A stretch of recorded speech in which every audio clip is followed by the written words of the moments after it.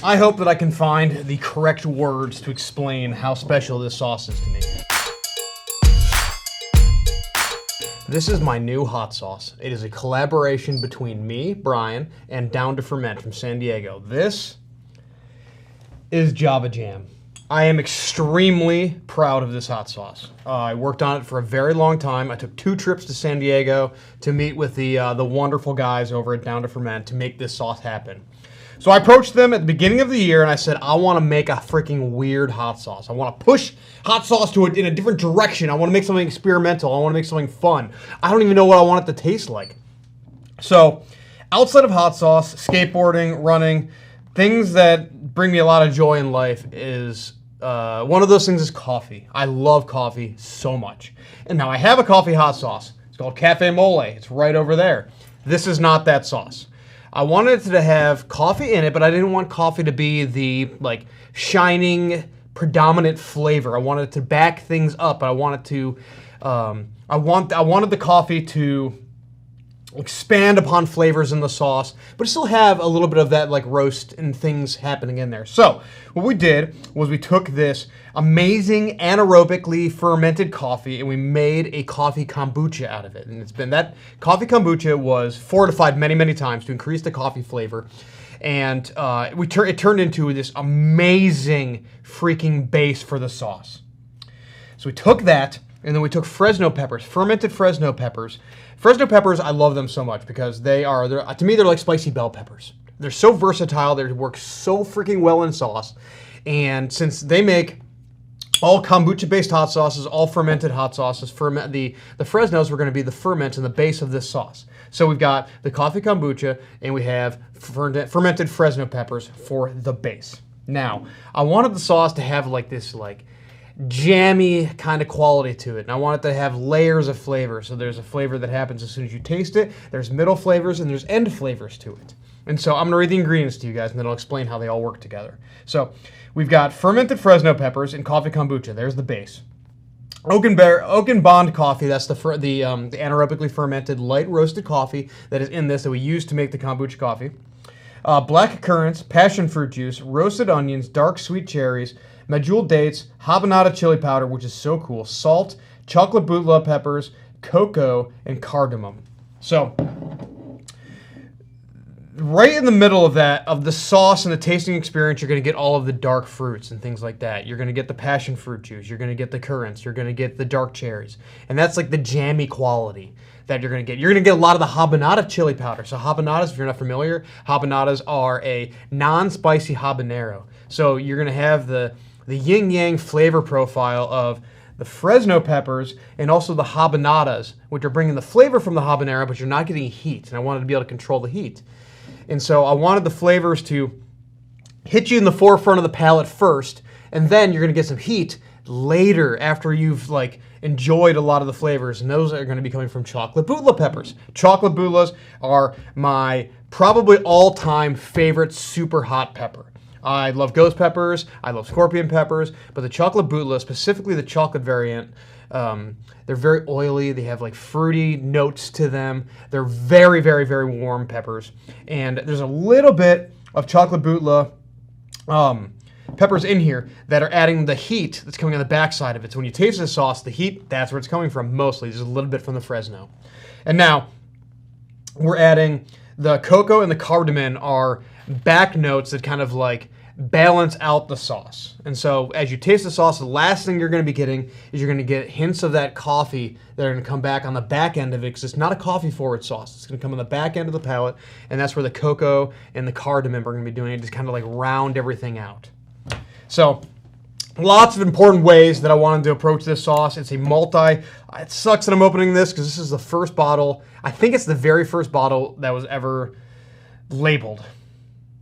And it's my first bottle, and as of the filming of this, it's the only one I have.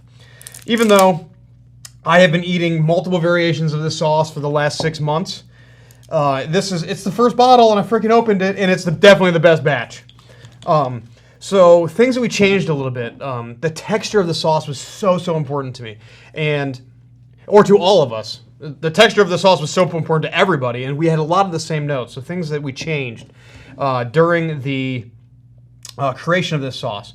So we took the dates and we took the currants and we put them in Vitamixes and we blended the absolute crap out of them. So it's like so well pureed that some of the test batches had like this somewhat little tiny bit of grittiness into it. It was very subtle, but it was very important to maintain that texture. And so I wanted to hyper blend those so you didn't get that. So you have that like smoothness, but there's still a lot of texture from the Fresno peppers that are in here because that's the base, remember. So there's a lot happening there. So when you open it up and you smell it, you're getting this insane like jamminess of the sauce. It smells like dark fruit, jammy qualities, a little bit of heat. You're smelling peppers. Salt content is on point, so I want to see exactly what they had on here. So 30 milligrams of salt. It's in here. It's actually a little bit lower than I normally like to go, but it tastes very, very balanced in this sauce.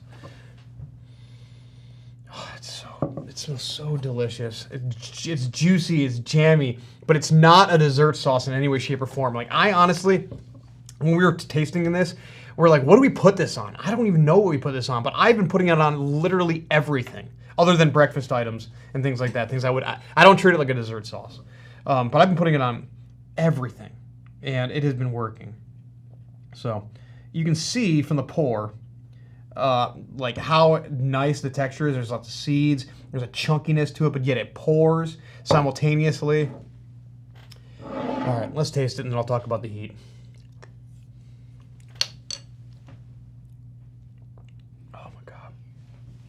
It's velvety. It's got a lot of texture to it. There's a good amount of heat. In my opinion, as we said, it's a 2.5 out of, they're calling it out of 5 on their heat scale.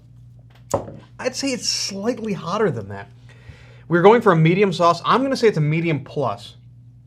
Like, my mouth is watering right now because my mouth is saying that the sauce is slightly hotter than what my tolerance in my body is kind of like saying it is. So to me, it's a 3 on my heat scale.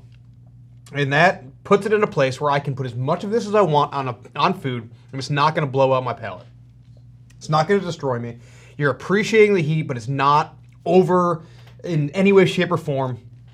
You're tasting all the individual ingredients. So there's like a roller coaster of tasting that happens, the complexity. And it's very hard for me to explain to exactly what it tastes like. It's vibes, basically. So it's savory, it's jammy, it's got the cocoa and the coffee notes on the backside of it. It was juicy. It's so good! I love it so much. I'm so freaking proud of this sauce. So happy with the way it came out. It is currently in my hot sauce club, and so if you're on the hot sauce club, people have been getting the sauce this week as of filming. I've gotten 5 or 6 people that have messaged me privately from the hot sauce club and told me how much they love this sauce, and they want to order more, and how much they're enjoying it.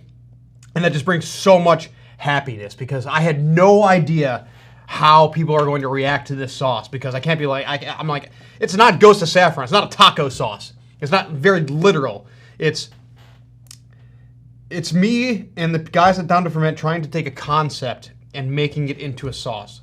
There's never been a hot sauce like this, in my opinion, that I have seen.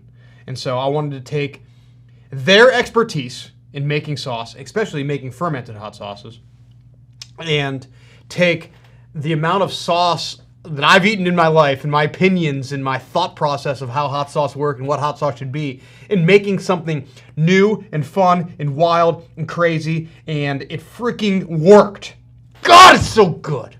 So I love it.